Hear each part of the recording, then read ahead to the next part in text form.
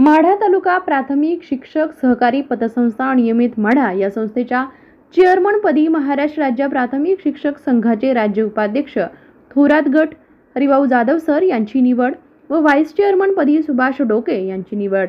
याबाबत सविस्तर वृत्तांत असा की दिनांक 29/6/2024 रोजी जिल्हा सोसायटी कार्यालय कुर्डवाडी येथे सर्व संचालक मंडळाची सभा संपन्न झाली।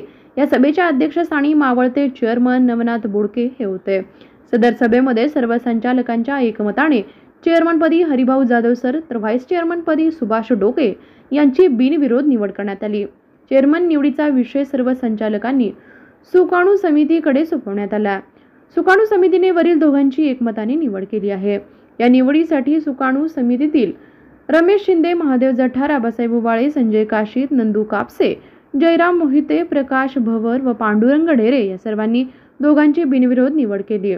तसेच सर्व संचालक मंडळातील सूर्यकांत लोकरे, बाबा गायकवाड, संतोष भोरे, शिवानंद बारबोले, गणेश भोयटे, श्रीमंत भोयटे, दत्तात्रय कंगार, गंगाराम मोहिते, स्मिता कुंभार, दीपाली गोडसे, तज्ञ संचालक भारत, अंकुश गवळी, सचिन बोराडे, संजय कापरे, महादेव चव्हाण, भास्कर पाटील, विजया शिंदे आदी मान्यवर उपस्थित होते।